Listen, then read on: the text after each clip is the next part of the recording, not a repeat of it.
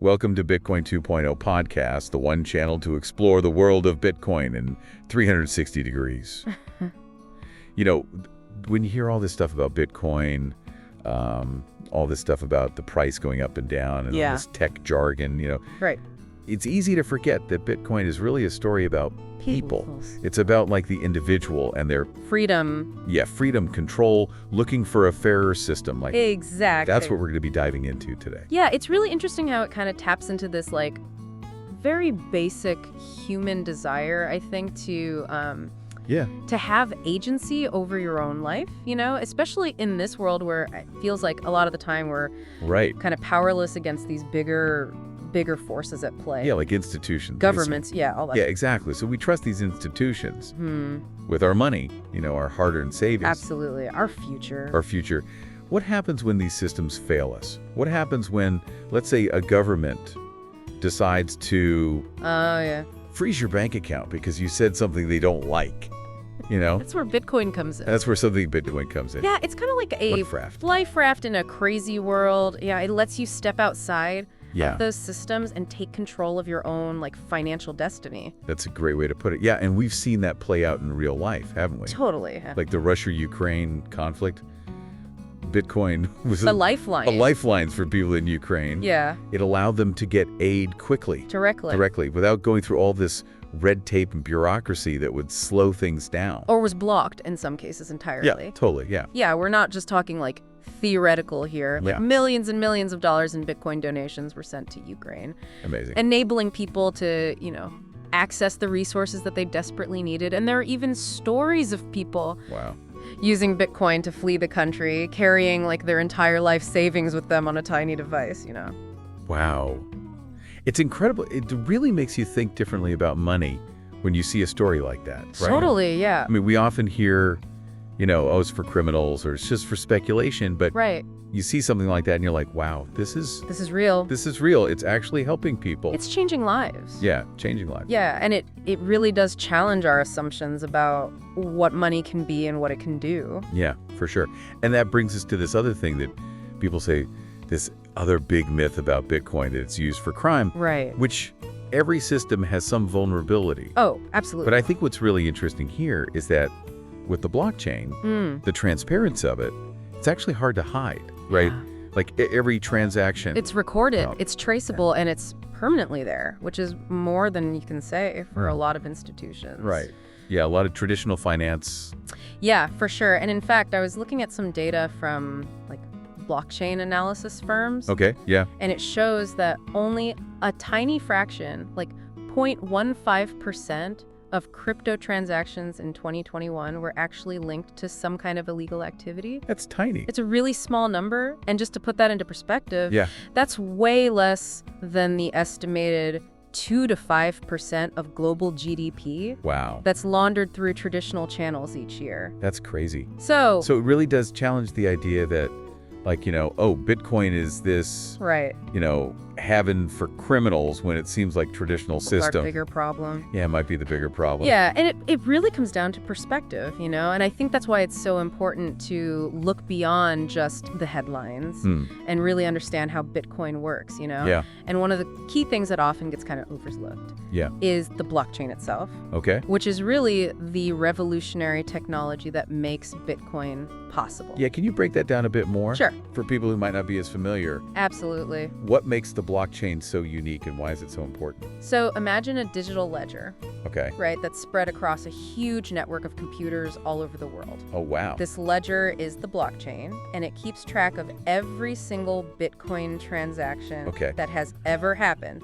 But here's the thing, instead of being controlled by one central authority, like a bank, right, the blockchain is maintained and secured by this whole decentralized network. Okay, so it's like a shared record, right? It is. It's a public record that everyone can access, everyone can verify. Okay. And because this information is held on so many computers, it makes it incredibly difficult for anybody to tamper with it. To hack it. To hack it, exactly. To change a transaction. Yeah. You'd have to hack into most of those computers all at the same time, which is basically impossible. Yeah, so this decentralized structure plus all this cryptography stuff like Right. hash functions and Merkle trees. Yeah, we won't get into the weeds too much here. Yeah, but That's what makes it so secure. that's what makes Bitcoin so secure and resistant to censorship. Yeah, it's incredible when you think about it. It's really groundbreaking, Mhm. and to appreciate it, I think it helps to understand a little bit about how these cryptographic tools actually work. Yeah. Like take hash functions. Okay. You can take any piece of data, doesn't matter how big or small, Yeah. and turn it into this unique fixed-length code. Oh, so like a digital fingerprint for a piece of data. Exactly, a digital fingerprint. That's a great way to put it. Okay. And what's really neat is that even a tiny, tiny change to the original data Yeah. will completely change the hash. Wow. So it makes it virtually impossible to mess with transactions on the blockchain because any change, you see it. it would be immediately obvious. Yeah. Okay, and what about these Merkle trees? Oh, Merkle trees. I hear people talking about them, but Yeah. I'm not quite sure I understand. So think of a Merkle tree as a way to like efficiently organize Okay. and verify a huge number of transactions. It's like a hierarchical structure Okay. where each block of transactions is represented by a hash, Oh, and then all these hashes are like paired off and combined okay. until you get to one single root hash for the entire block. So it's like compressing a ton of information Exactly. into this one code. Yeah, into one code that you can verify. Wow. And that allowed anyone to quickly check Okay. if a specific transaction is included in a particular block without having to like download and analyze the whole blockchain. Yeah, that's pretty cool. It's an elegant solution. Yeah, it's amazing how these like complex technical things Right. actually make it easier and more transparent for everyone. It really is. It's a beautiful example of how technological innovation can actually empower people. I love that. Yeah. I love that. Yeah, me too. Yeah, it's amazing. And this idea of like individual empowerment, it kind of ties into another aspect of Bitcoin that we don't talk about enough. Like its potential to actually solve real world problems, especially when we're talking about like financial inclusion. Oh, yeah, absolutely. That's such a critical point. We get caught up a lot in the technology and the finance, but Yeah. ultimately, Bitcoin is about people, right? It's about giving people access to a system That's fair? that's fair, transparent, that they can access Yeah. no matter where they are, who they are, what their background is. Absolutely. Especially when you think about the millions, billions even, Yeah. of people in the world who don't even have access to banks, right? Unbanked, underbanked. Underbanked, yeah.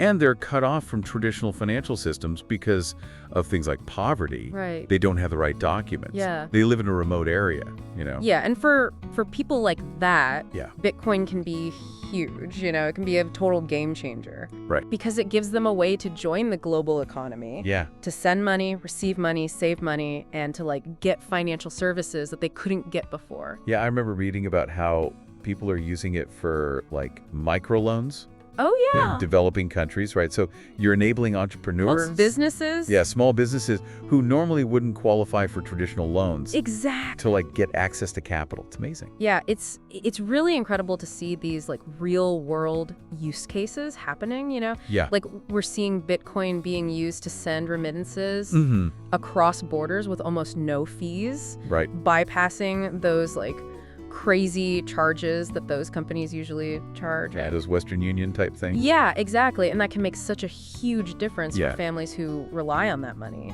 Absolutely. And it's almost like we're seeing this like parallel financial system being built. Right. That's more inclusive. It's more equitable. More fair. Yeah, it's more fair. And it's not just for individuals either. Right. Like you think about international trade, right? Oh, yeah. How it can make it easier for businesses in, let's say, developing countries to connect with the rest of the world. Totally. Like, imagine a world where a farmer in Africa can sell their products directly to someone in Europe Yeah. or Asia using Bitcoin, and they don't have to go through all those middlemen and all those crazy costs, right? It could really level the playing field. Yeah, I love that. It's a really inspiring thought. But let's be real for a second. Bitcoin's not perfect. It's not like a magic solution, right? Sure. There are definitely challenges, and one of the big ones we hear a lot about is the environmental impact. Right. People talk about the energy consumption of Bitcoin mining. Yeah, that's definitely a valid concern. And it's something that the community is actively working on.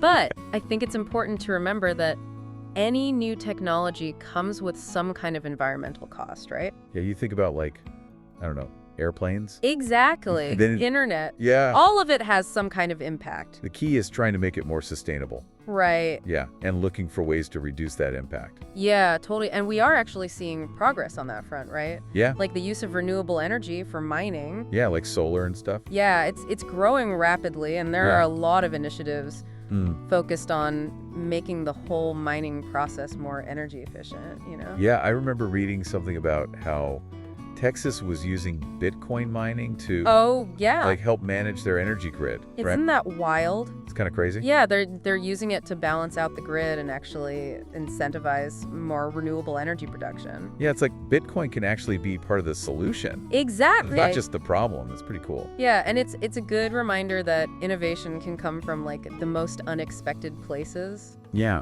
absolutely. And it all comes back to this idea of like personal experience, you know. We can sit here and talk about it all day long. Right. But the best way to really get it is to try it yourself. Yeah, don't just read about it. Yeah. Get a wallet, get a little bit of Bitcoin, and send a transaction, you know? Yeah. You'll be surprised how empowering it feels to have that control. Yeah, it's like you're taking a step into this new world. Totally. And you might realize that it's more than just technology, more than just money. Right. It's like a movement. It's a community. It's a vision for a different future. That's a great way to put it. Yeah, and it's that sense of shared purpose that makes the community so resilient, so strong. It's like a global experiment we're all part of. Right, we're all figuring it out together. Yeah. And like any experiment, there are going to be busts in the road, right? Yeah. Challenges and setbacks, but the potential is huge. Yeah. It's a journey worth taking. So if you're listening and you're feeling intrigued, what's a good way to get started? I always tell people to start with education, you know? Okay. There are tons of resources out there, articles, videos. We have a podcast. Podcasts, exactly. Even online courses that can give you a really good foundation, you know? Yeah, and don't be scared off by all the technical stuff. Right. There's plenty of resources that break it down in a way that anyone can understand. Yeah, absolutely. And once you've got the basics down, you can start playing around with wallets, making some small transactions. Yeah. And if you get stuck, don't be afraid to reach out to the community. Yeah. There are forums online, social media groups, even meetups where you can meet other people who are into Bitcoin. Yeah, ask questions. Ask questions, share what you're learning, you know? Yeah, I love that about the Bitcoin space. Like, everyone's so willing to help. Totally. It's a very welcoming community. Yeah. Always happy to help newcomers. It's like a global family. It is, yeah. It's a really unique and inspiring thing to be a part of. It is, yeah. And who knows, maybe you'll even become a Bitcoin advocate yourself, right? Spread the word, help shape the future of this technology. Yeah, I love that. Yeah. Yeah, it's really incredible how this tech has, like, created this whole community. Yeah. Sense of purpose. And speaking of purpose, I think one of the biggest takeaways from this whole deep dive is how Bitcoin can really make the whole global financial system more inclusive, more equitable. It's a powerful vision, isn't it? Like, imagine a world where everyone, no matter who they are or where they live, has access to the same tools and opportunities, you know? But Bitcoin, with its decentralized nature, it really gives us a glimpse of what that future could look like. Yeah, it's so cool. And it's one of the things that I find so fascinating about Bitcoin is how it can empower people in ways that we just haven't seen before, you know? Absolutely. Like, take remittances, for example. Yeah. For so many families in developing countries, sending money back home, it means huge fees. Phone delays. Yeah, so much time wasted. And with Bitcoin, you can just cut all that out. Yeah, cut it all out. Yeah. It's amazing. Imagine being able to send money to your family instantly. Yeah. With practically no fees, knowing that they're going to get the full amount. Yeah, it goes directly to them. Directly to them, safely and securely, without someone taking a cut in the middle, you know? Yeah, it's amazing. It's like giving the power back to the people. Exactly. And it's not just remittances, right? No, not at all. We talked about microfinance. Yeah, think about all the entrepreneurs, small businesses. Yeah, all those communities that are underserved. Totally. Bitcoin can help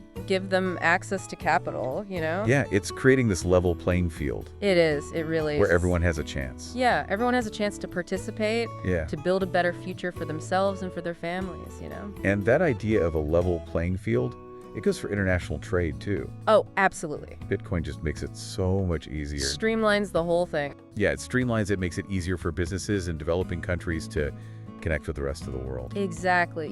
It's about removing those barriers that have held those regions back for so long. Yeah. And imagine a world where that farmer in Africa can sell their products directly to consumers in Europe or Asia using Bitcoin, Yeah. It ensures they're getting paid fairly. Yeah, it's powerful. It's an incredible vision, and we're already seeing it happening. We are, yeah. It's really inspired to see how it's playing out in the real world. Yeah, and I really think we're just at the beginning of this whole thing. Oh, totally, yeah. As more and more people start using it, experimenting with it, we're going to see even more amazing things come out of it. Absolutely. More innovation, more impact. Yeah, it's such an exciting time to be a part of this whole movement. It really is. And for anyone listening who's like, this is interesting, don't let those myths and misconceptions hold you back. Right. Don't be afraid to dive in. Dive in, experience it for yourself. You might be surprised. Yeah, you might be really surprised with what you find. And remember, the best way to learn is by doing. Right. Yeah. Set up a wallet.